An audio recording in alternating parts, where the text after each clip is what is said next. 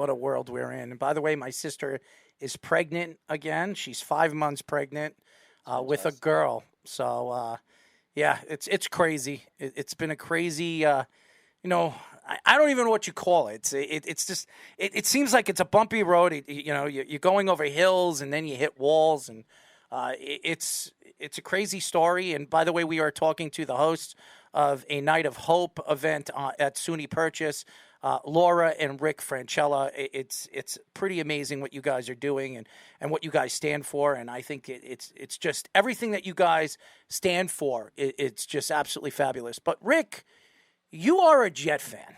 Okay? I am a Jet fan. You are a Jet fan, and I'm sure you heard my rant over the last, I would say, 25, 27 minutes of the New York Jets.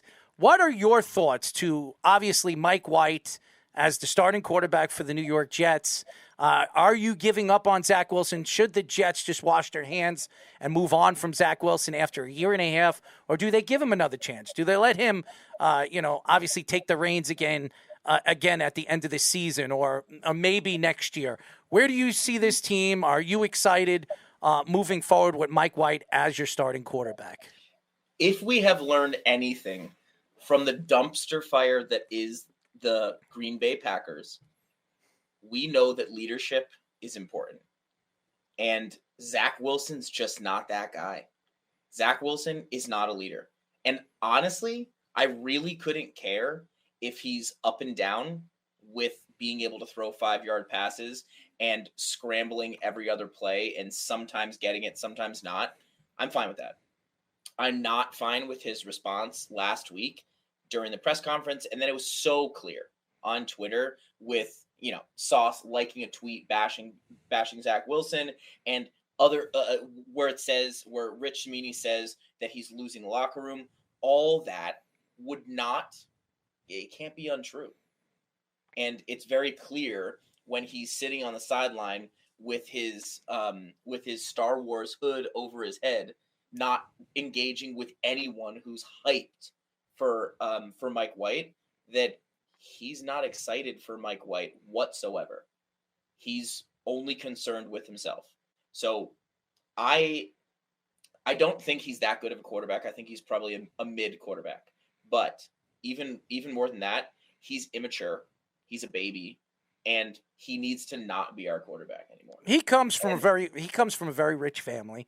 He's been pampered his whole life. His uncle owns I forget what airplane company or whatever the heck he owns. So they come from money. His father comes from money. So whatever the case is, I understand what you're saying, and I understand his pouting and his not interacting with his teammates.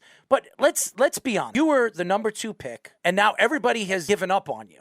You're sitting on the bench. Everybody's excited for Mike White. Every time Zach Wilson threw a touchdown or ran a touchdown in, you didn't see any excitement from the sidelines. Maybe because of his leadership, maybe for something else. Who knows what it is?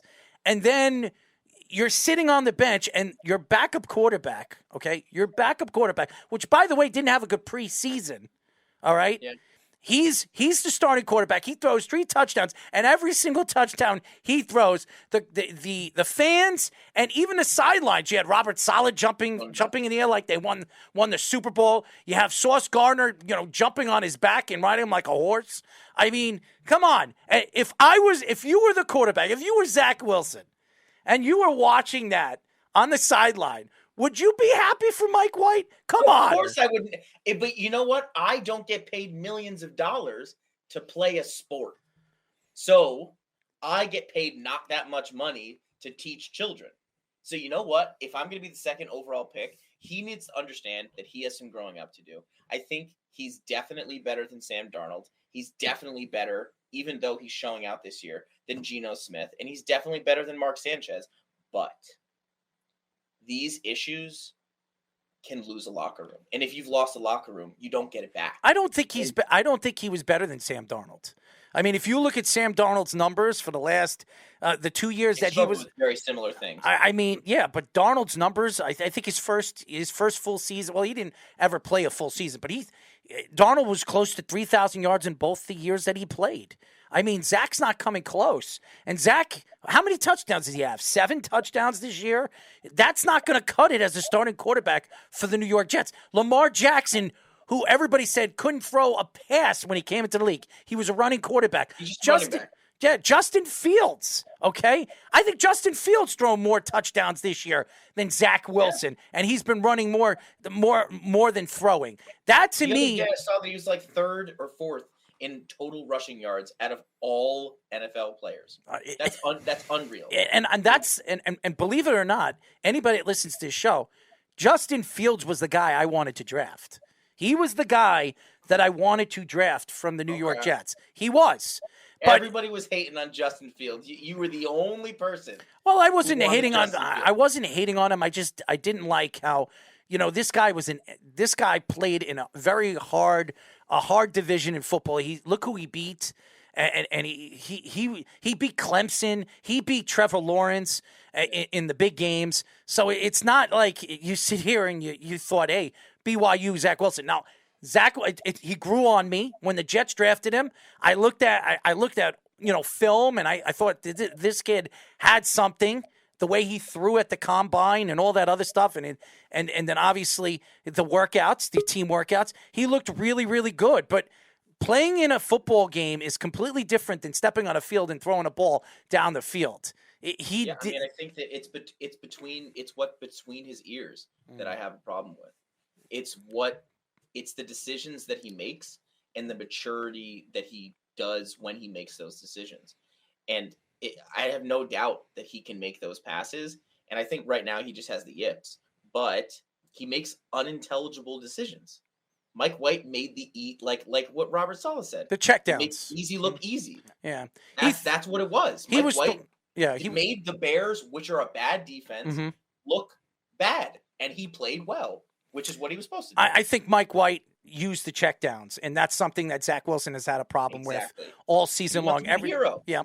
Every time he made the huge long throws downfield. Every time he tried to throw a check down over the last couple of weeks, you could see that he can't throw those short passes, and it's a huge problem. And again, everybody's going to make the excuses, and I do believe it was windy in New England. I do believe it was cold and windy, and they had to run the ball, and if Mike White played in the game, I do believe the Jets win that game. I do. Mac Jones is a worse quarterback than him, and he threw for 295 yards. Yeah, and what was it? Two touchdowns. I just don't have it in front of me.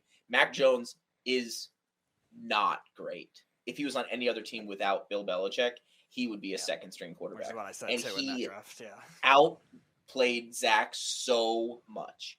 Zach just doesn't make good decisions. And Mike White is going to make the intelligible decision. Hey, that's the biggest thing. I think the players. Vikings, you said it. Vikings are going to be the huge test. Yeah. I think if we win either at Vikings or at Bills, one of those two games, we will never see Zach Wilson on a New York Jets uniform starting again. I will say this. If the Jets win one of these games, you will not see Zach Wilson this year. I do believe Zach Wilson, the Jets are going to have to make a decision in the offseason. Is he the quarterback of the future, or do they bring in a veteran quarterback to challenge him and Mike White moving forward? I don't think Mike White is the answer. I don't. No, really not. I don't. But again, Mike White was a very good college player. If you look at he was a better college player than Zach Wilson was.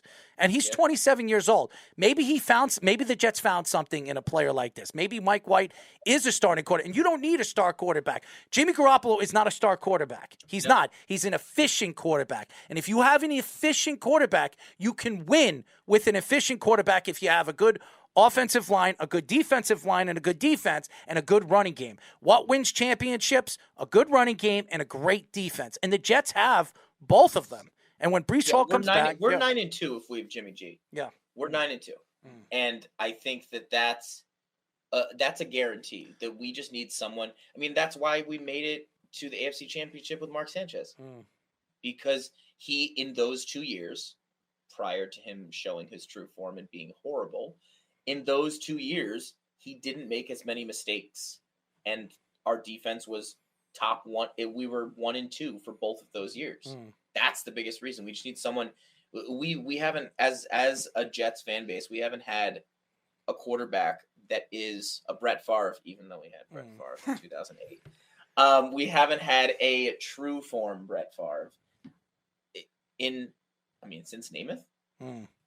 Well, the Jets haven't had a good quarterback since Namath. And honestly, if you look at the numbers, Namath wasn't a great quarterback. That's just my opinion. Andy Dalton has better numbers than Joe Namath. And Joe Namath is a Hall of Famer. And everybody hated, obviously, Andy Dalton. But we really appreciate you guys joining us. You guys are awesome. Keep up the good work. We will be there on Saturday.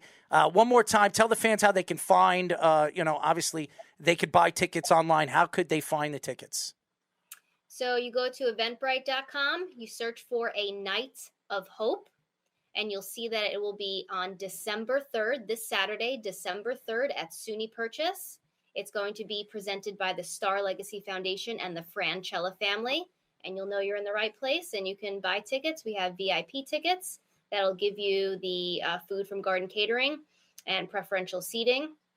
And we also have an open bar. And we also have general admission tickets that will give you some light snacks and the craft beer you can purchase and some soda, water. And it's just going to be a fabulous, amazing night with silent auctions. We have live raffles for vacations going on. You can also on Eventbrite buy a raffle right now to win a trip to Tuscany, Italy for 8 days, 7 nights. Wow, look at that. Speedy, you want to go to Italy? It's for 4 people, so bring us. There you go. Might as well. So that's on eventbrite.com, A Night of Hope. You can find it still and buy tickets. We really appreciate you guys joining us. We'll see you on Saturday. Keep up the good work. You guys are really special people, and you deserve a lot of credit for all the work you put into this. And I think you guys are going to be very, very successful with your events and your events moving forward. It's a fantastic story and a story that you can obviously root for you guys. And I believe you guys are going to be you guys are going to eventually have your children, and you're going to be you're going to be very, very happy. You guys are really good people. So thank you so much. Thank you so much. We appreciate you saying that. Absolutely. And we'll see you Saturday. All right, Team Mike White. See you later. Good night.